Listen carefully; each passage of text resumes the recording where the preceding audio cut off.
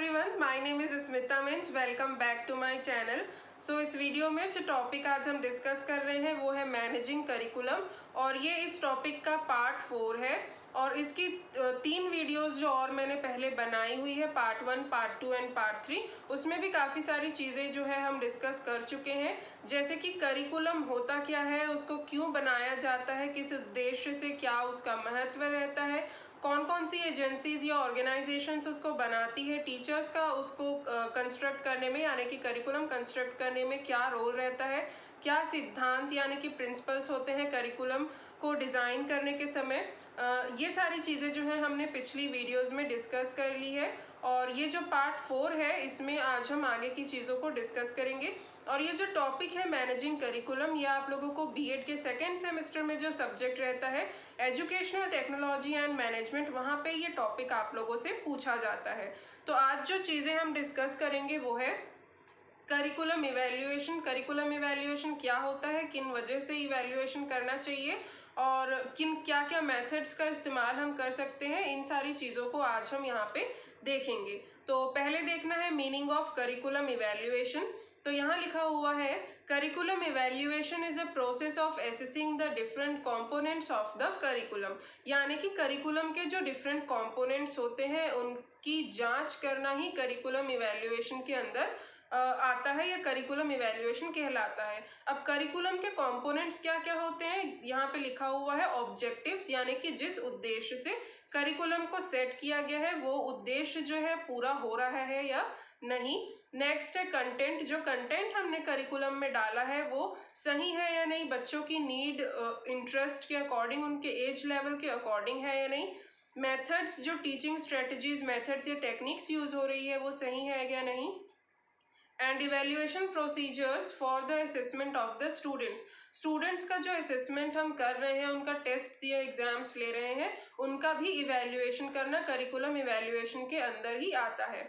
आगे लिखा हुआ है it includes assessment of how a curriculum is planned, developed and implemented. कोई भी करिकुलम को किन किन बातों का ध्यान रख के प्लान किया गया है, डिज़ाइन किया गया है, और किस तरीके से इस करिकुलम का इम्प्लीमेंटेशन जो है वो किया जा रहा है, इन सब बातों का ध्यान रखना, इनको चेक करना, इनका रिविजन करना, ये सारी चीज़ें ही जो है करिकुलम इवैल्यूएशन के अंदर आती हैं। नेक्स्ट हमको देखना है डेफिनेशन ऑफ करिकुलम इवैल्यूएशन, यानी कि परिभाषा देखेंगे करिकुलम इवैल्यूएशन की।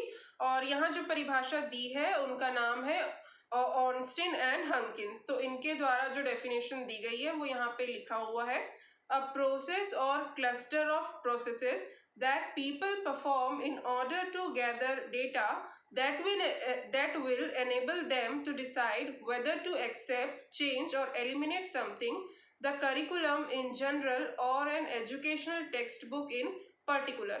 यानी कि करिकुलम इवैल्यूएशन को एक प्रक्रिया बताई गई है जो कि एजुकेशनल इंस्टीट्यूट्स जो हैं उनको ये करना चाहिए ताकि वो जानकारी इकट्ठा कर सकें, यानी कि डेटा जो है वो गैदर कर सके, जिसके आधार पे वो आगे का डिसीजन ले सकते हैं या निर्णय ले सकते हैं कि करिकुलम में किन चीज़ों को रखना है, किन चीज़ों को हटाना है, और क्या चीज़ें उसमें ऐड करनी है या अपडेट करनी है, कुछ इम्प्रूवमेंट है तो वो किया जाए। अब ये आप पर्टिकुलर ओवरऑल किसी करिकुलम में देख सकते हैं, या फिर कोई कोर्स की जो टेक्स्ट बुक है उसमें भी आप चेंजेस करेंगे तो वो भी करिकुलम इवैल्यूएशन के अंदर ही आएगा।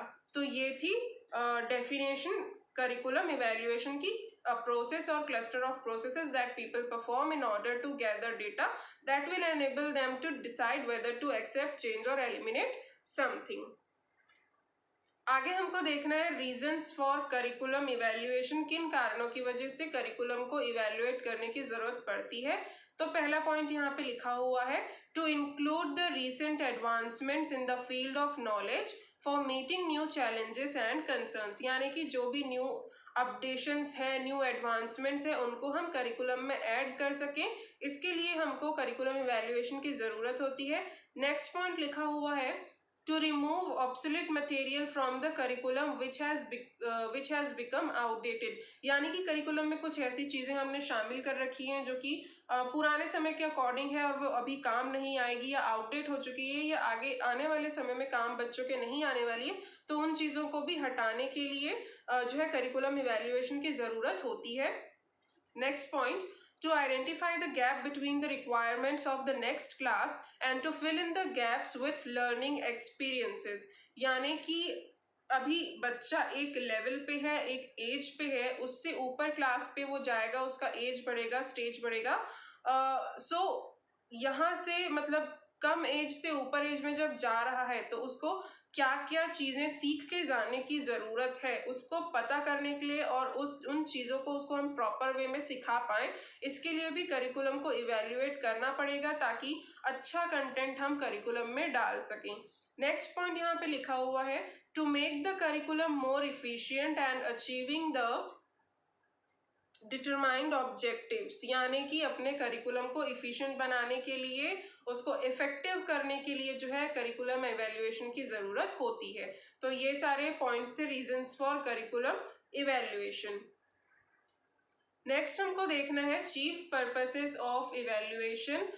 सो यहाँ पहला पॉइंट लिखा हुआ है, to develop a revised and refined curriculum. यानी कि एक रिवाइज्ड एंड रिफाइंड करिकुलम हम बच्चों के सामने प्रेजेंट कर सके, उसके अकॉर्डिंग ही उनको एजुकेशन दिया जा सके। ऐसा नहीं होना चाहिए कि पुरानी जो घिसी पिटी चीज़ें हैं वही अभी के करिकुलम में भी जो आगे पता नहीं काम आने वाली है या नहीं, वही चीज़ें हम पढ़ाए जा रहे हैं। इस तरीके की चीज़ें ना हो, न्यू चीज़ों को हम ऐड कर सके, करिकुलम को इम्प्रूव कर सके, इसके लिए जो है करिकुलम इवैल्यूएशन करना ज़रूरी होता है। नेक्स्ट पॉइंट लिखा हुआ है, to review the existing curriculum. जो भी प्रेजेंट में जो आपका करिकुलम चल रहा है उसको रिव्यू करने के लिए, उसका रिविजन करने के लिए भी इवैल्यूएशन करना चाहिए। To update the given curriculum, जो भी करिकुलम है उसमें कुछ चेंजेस, कुछ मॉडिफिकेशंस, कुछ अपडेशंस करने हैं, उसके लिए इवैल्यूएशन करना होता है। Next point, to improve the efficiency and effectiveness of the curriculum. उसको और प्रभावी बनाने के लिए, जो भी करिकुलम आपका है उसको और इफेक्टिव बनाने के लिए भी इवैल्यूएशन करने की ज़रूरत होती है। नेक्स्ट हमको टॉपिक जो यहाँ पे देखना है वो है questions to be considered in evaluation. जब हम इवैल्यूएशन करते हैं किसी भी करिकुलम का तो किन किन बातों पे ध्यान जो है हमारा जाना चाहिए। तो पहला पॉइंट लिखा हुआ है, do the students understand adequately the content of various subjects taught. जो भी उनको अलग अलग विषय पढ़ाए जा रहे हैं स्टूडेंट्स को, उसका जो भी कंटेंट है बच्चे उसको समझ पा रहे हैं या नहीं। नेक्स्ट पॉइंट है, do the students accept the curriculum. उस करिकुलम को बच्चे कितना उससे रिलेट कर पा रहे हैं, उसको ग्रहण कर पा रहे हैं, इन चीज़ों का ध्यान रखना चाहिए। Does the curriculum need special facilities for its proper implementation. अगर आपने अपने करिकुलम की कंटेंट में कुछ ऐसी चीज़ें शामिल की हुई है जिसमें कुछ स्पेशल फैसिलिटीज़ आपको बच्चों को प्रोवाइड करनी है, मान लीजिए आपने कुछ वोकेशनल ट्रेनिंग करिकुलम में ऐड करके रखी हुई है, बट उस वोकेशनल ट्रेनिंग को देने के लिए आपके पास टीचर्स नहीं है या इक्विपमेंट्स नहीं है, जो चीज़ें लगनी चाहिए वो आपके पास नहीं है, तो आपका एजुकेशन देने का या शिक्षा देने का बच्चों का कोई मतलब नहीं रहेगा अगर आप प्रॉपर वे में और पूरी चीज़ें उनको ना सिखा पाएँ। तो इन चीज़ों का ध्यान रखना चाहिए। अगर कुछ स्पेशल चीज़ आपने ऐड की है तो उसको बच्चों तक पहुँचाने के लिए, उनको सिखाने के लिए वो फैसिलिटीज़ भी आपको देनी चाहिए ही। नेक्स्ट पॉइंट है, is the curriculum material within the easy financial reach of the learners। यानी कि जो भी कोर्स आप प्रोवाइड कर रहे हैं उसकी फीस आप ऐसी रखिए कि सभी बच्चे उसको अफोर्ड कर सके। ऐसा ना हो कि कुछ लोग उसको अफोर्ड ही ना कर पाएँ, इस तरीके की चीज़ें भी नहीं होनी चाहिए। जो किताबें लग रही है, जो भी मटेरियल लग रहा है वो सारी बच्चे जो है अफोर्ड कर सके ईजिली, ऐसा करिकुलम होना चाहिए। नेक्स्ट पॉइंट यहाँ पे है, can the curriculum program be completed within the prescribed time. कि क्या हमने करिकुलम को इस प्रकार से सेट किया है कि कोर्स का जो भी ड्यूरेशन है उसके अंदर ही वो करिकुलम का कंटेंट हम कवर कर पा रहे हैं या नहीं, या फिर ड्यूरेशन हमारा निकल गया, कोर्स खत्म हो गया पर हमारी चीज़ें तो पूरी कवर हुई ही नहीं थी, इस तरीके की चीज़ भी नहीं होनी चाहिए। नेक्स्ट पॉइंट है, is the curriculum load reasonable. Curriculum बहुत ज़्यादा हमने भर तो नहीं दी चीज़ें उसमें कि ये भी सिखा दो, ये भी सिखा दो, ये भी सिखा दो, पता नहीं काम आएंगी या नहीं, बट जो भी है सारा कुछ डाल दिया और एक खिचड़ी सी हो गई। इस प्रकार की चीज़ें भी नहीं होनी चाहिए। उतना ही लोड उनको देना चाहिए स्टूडेंट्स को जितना कि वो उनकी एज के लिए और उनके लिए ज़रूरी है उस समय पर सीखना। सिर्फ उतनी ही चीज़ें वहाँ पे बताई जानी चाहिए, बहुत अननेसेसरी चीज़ें नहीं डालनी चाहिए। नेक्स्ट पॉइंट है, does the curriculum provide for meeting individual differences of students, यानी कि हर एक इंडिविजुअल का अपना एक अलग पसंद होता है, इंटरेस्ट होता है, बौद्धिक क्षमता सबकी अलग होती है। तो करिकुलम को उसके अकॉर्डिंग हम जो है थोड़ा वास्ट रखें। स्टूडेंट्स को हम कंपलसरी सब्जेक्ट्स तो दें ही दें कि अगर आप ये कोर्स कर रहे हैं तो आपको ये चीज़ें पढ़नी होंगी, पर साथ में उनको ऑप्शनल सब्जेक्ट्स का भी हम ऑप्शन दें, अपनी इंटरेस्ट की चीज़ें चुनने का भी हम उनको मौका दें, ताकि सबकी जो इंडिविजुअल डिफरेंसेस की नीड है वो पूरी हो सके। तो इस चीज़ का भी ध्यान रखा जाना चाहिए। नेक्स्ट अब हमको जो टॉपिक देखना है वो है methods and techniques of evaluation of curriculum, कि क्या मेथड्स एंड टेक्निक्स अपनानी चाहिए करिकुलम इवैल्यूएशन के लिए। तो पहला पॉइंट यहाँ पे लिखा हुआ है डिस्कशन।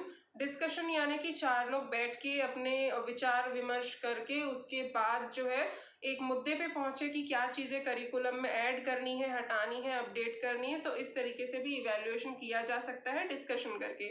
दूसरा पॉइंट है एक्सपेरिमेंट, कि आप एक्सपेरिमेंट कर सकते हैं अपने करिकुलम के साथ, कुछ न्यू एडवांसमेंट्स जो है वो आप ऐड कर सकते हैं। टीचिंग स्ट्रेटजीज जो पहले से चली आ रही है उसको फॉलो ना करते हुए आप चाह रहे हैं कुछ इम्प्रूवमेंट हो, तो आप न्यू स्ट्रेटजीज वगैरह जो है आप डाल सकते हैं, न्यू एक्टिविटीज डाल सकते हैं। तो कुछ न्यू चीज़ आप करके देख सकते हैं, कि एक्सपेरिमेंट करके देख सकते हैं कि वो कितना सफल हो रहा है या बच्चे उसे किस प्रकार से ग्रहण कर रहे हैं। नेक्स्ट है इंटरव्यूज। आप इंटरव्यू कंडक्ट करवा सकते हैं स्टूडेंट्स जो पढ़ रहे हैं और ऐसे लोग जो पास आउट हो चुके हैं, दोनों की ही इंटरव्यूज लेके आप करिकुलम को इवैल्यूएट कर सकते हैं। नेक्स्ट पॉइंट है ओपिनियन ऑफ वेरियस एजेंसीज। जो पहले हमने वीडियो देखी थी उसमें वेरियस जो एजेंसीज एंड ऑर्गेनाइजेशंस होते हैं जो करिकुलम सेट करते हैं या डिज़ाइन करते हैं, उनके बारे में हमने देखा था। तो वहाँ से लोगों को लेकर के उनका ओपिनियन लेकर के ही जो है करिकुलम को सेट किया जाना चाहिए, और कुछ इम्प्रूवमेंट्स वगैरह करना है तब भी उनकी ओपिनियन जो है लेना वो ज़रूरी हो जाता है। नेक्स्ट पॉइंट हमको देखना है ऑब्जर्वेशन प्रोसीजर। ऑब्जर्वेशन प्रोसीजर यानी कि आप ऑब्जर्व कर सकते हैं स्टूडेंट्स को भी, उनकी परफॉर्मेंस कैसी जा रही है, वो कितना चीज़ों को समझ पा रहे हैं और सीख पा रहे हैं। आप ऑब्जर्व कर सकते हैं सोसाइटी को भी, समाज को भी, कि वहाँ पे क्या चीज़ें चल रही है। बच्चा जब बाहर जाएगा सोसाइटी में स्कूल से निकल करके, तो वो किस तरीके से एडजस्ट करेगा, किस तरीके से अपना लाइवलीहुड अर्न करेगा, क्या स्किल्स चाहिए, क्या नॉलेज चाहिए बाहर सर्वाइव करने के लिए, उन सारी चीज़ों को ऑब्जर्व आप करेंगे। उसके बाद ही अपना करिकुलम आप उसके अकॉर्डिंग, अपने ऑब्जर्वेशंस के अकॉर्डिंग सेट करेंगे, तभी आपका करिकुलम जो है वो सही बनेगा। नेक्स्ट पॉइंट यहाँ पे लिखा हुआ है क्वेश्चनायर। क्वेश्चनायर यानी कि एक सेट ऑफ क्वेश्चंस आप लोगों को देंगे और वो फिर अपनी राय आपको देंगे कि करिकुलम में क्या होना चाहिए, क्या नहीं, या किस तरीके की इम्प्रूवमेंट्स कर सकते हैं। तो ये था क्वेश्चनायर। नेक्स्ट जो है वो एनेक्डोटल रिकॉर्ड्स, यानी कि ये पर्टिकुलर मतलब एक रिकॉर्ड ही होता है जो टीचर्स मेंटेन करते हैं स्टूडेंट्स के बारे में। सारी चीज़ें उसमें रहती है, उनका परफॉर्मेंस कैसा है और उनकी सारी एक्टिविटीज़ का रिकॉर्ड रखना और उनकी फैमिलीज़ को देना, और खुद भी टीचर उसको इवैल्यूएट करते कि इनकी परफॉर्मेंस इम्प्रूव करने के लिए हम किस प्रकार का जो प्रयास है वो कर सकते हैं। तो ऐसे रिकॉर्ड मेंटेन करके भी करिकुलम को इवैल्यूएट किया जाता है, क्योंकि रिकॉर्ड से हमको पता चलता है कि जो करिकुलम है वो कितना इफेक्टिव है, बच्चे का परफॉर्मेंस किस तरीके से जा रहा है। और नेक्स्ट और जो लास्ट पॉइंट है हमारा वो है परफॉर्मेंस ऑफ स्टूडेंट्स। जो भी हम उनके टेस्ट करवा रहे हैं, एग्जाम्स करवा रहे हैं, उसमें उनका परफॉर्मेंस किस प्रकार से है, परफॉर्मेंस देख के भी हमको समझ में आ जाता है कि करिकुलम जो है वो कितना प्रभावशाली है, बच्चे उससे कितना रिलेट कर पा रहे, सीख पा रहे, या उनकी एज के अकॉर्डिंग है या नहीं। ये काफ़ी सारी चीज़ें हमको उनका परफॉर्मेंस देख करके भी पता चल जाती है। तो इन सारी मेथड्स का इस्तेमाल करते हुए हम करिकुलम को इवैल्यूएट कर सकते हैं। तो यहाँ पे करिकुलम इवैल्यूएशन के सारे जो टॉपिक्स थे वो हमने कवर कर लिए, और ये 4th वीडियो था, लास्ट वीडियो था मैनेजिंग करिकुलम के बारे में। अब आपसे अगर पूछा जाए तो ये सारी चीज़ें आप उसमें लिख सकते हैं जो मैंने पिछले की 3 वीडियोस में बता के रखा हुआ है। वो सारी चीज़ें भी आप लोग देख लीजिएगा, वो आप ज़रूर से ऐड कीजिए। और इस वीडियो में जो हमने टॉपिक डिस्कस किया वो भी आप लोग ज़रूर से अपने आंसर में इंक्लूड करिएगा।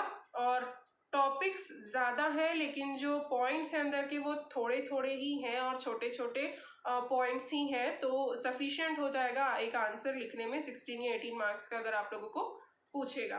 तो उम्मीद है सारी चीज़ें आप लोगों को क्लियर हो गई होंगी, समझ में आई होंगी। वीडियो अच्छा लगा होगा तो लाइक ज़रूर से कर दीजिएगा, सब्सक्राइब कर लीजिए चैनल को एंड फ्रेंड्स के साथ ज़रूर से शेयर करिएगा ताकि कंटेंट जो है वो सभी स्टूडेंट्स तक जा सके। सो मिलेंगे नेक्स्ट वीडियो में। Thank you.